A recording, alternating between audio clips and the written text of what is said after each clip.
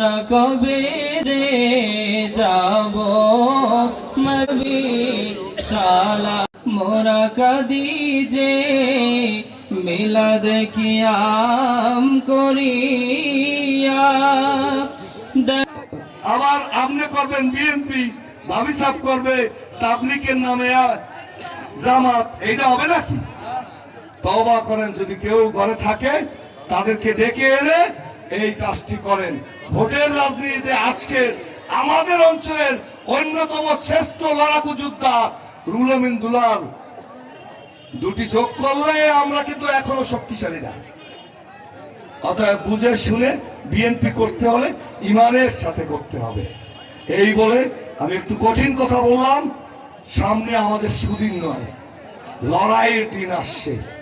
সেই লড়াইতে ধানের শীষের পক্ষে আপনারা সকলে ঐক্যবদ্ধ থাকবেন এই আহ্বান জানিয়ে, মেহমান ছাড়া বিএনপির যে সকল নেতা কর্মীরা উপস্থিত হয়েছেন সবাই ঐক্যবদ্ধ থাকবেন এই আহ্বান জানিয়ে, এবং দুলালের হাতকে শক্তিশালী করলে সেটি তারেক রহমানের হাতকে শক্তিশালী করা হবে। যে আল্লাহ দীর্ঘদিন পরে এই অঞ্চলের মানুষ ধানের শীষে অনেকবার ভোট দিয়েছে, কিন্তু তাদের নেতা নির্বাচিত এবারই করতে পেরেছে। এজন্য মঠবাড়িয়াবাসীকে আমি জেলা বিএনপির পক্ষ থেকে অভিনন্দন জানাই। আমরা মঠবাড়িয়াকে চাঁদাবাজ মুক্ত করব, নেশার মঠবাড়িয়া থাকতে পারবে না। যদিও আমাদের কার্যক্রম ইতিমধ্যে শুরু হয়েছে, যারা যদিও আমাদের দলের কোন পর্যায়ের কোন লোকজন যদি আওয়ামী লীগের বিগত দিনের নেশার হাওলা নিয়ে থাকেন তারা সাবধান হয়ে যান। অলরেডি কিন্তু তালিকা প্রস্তুত হচ্ছে।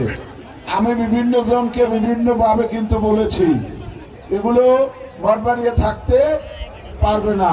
আলমগীর ভাই বলেছে একটু আগে, যাহা এলাকা ছাড়তে হবে নাহলে জেলখানায় যাইতে হবে। এই মানুষের মধ্যে এই ব্যবসা, এই নেশাখোর এই করা যাবে না। তাই যারা হাওলা নিয়েছেন, বিগত দিনে তো এই দেশে আওয়ামী লীগেরা ইয়ার আরোদ্দার ছিলেন নাকি? হ্যাঁ, আরে কয় কি আপনি বলেছেন, এই যে যারা হাওলা নিয়েছেন এগুলা পরিত্যাগ করতে হবে অবিলম্বে, এবং এই হাওলা যাদের কাছ থেকে নিয়েছেন তাদেরকে ধরিয়ে দিতে হবে। ربنا آتنا في الدنيا حسنة عذاب النار ইয়া আল্লাহ ইয়া বিএনপি পৌর বিএনপির পক্ষ থেকে আয়োজিত আল্লাহ ইফতার মাহফিল, আপনি মেহেরবানি করে আয়োজিত ইফতার মাহফিলকে কবুল করুন। ইফতার মাহফিলকে কেন্দ্র করে আল্লাহ যতগুলো আমল হয়েছে আল্লাহ প্রতিটি আমলকে আপনি কবুল করুন। মাহে রমজানের আমাদের রোজাগুলো কবুল করে নেন, আমাদের সাহারি করে নেন।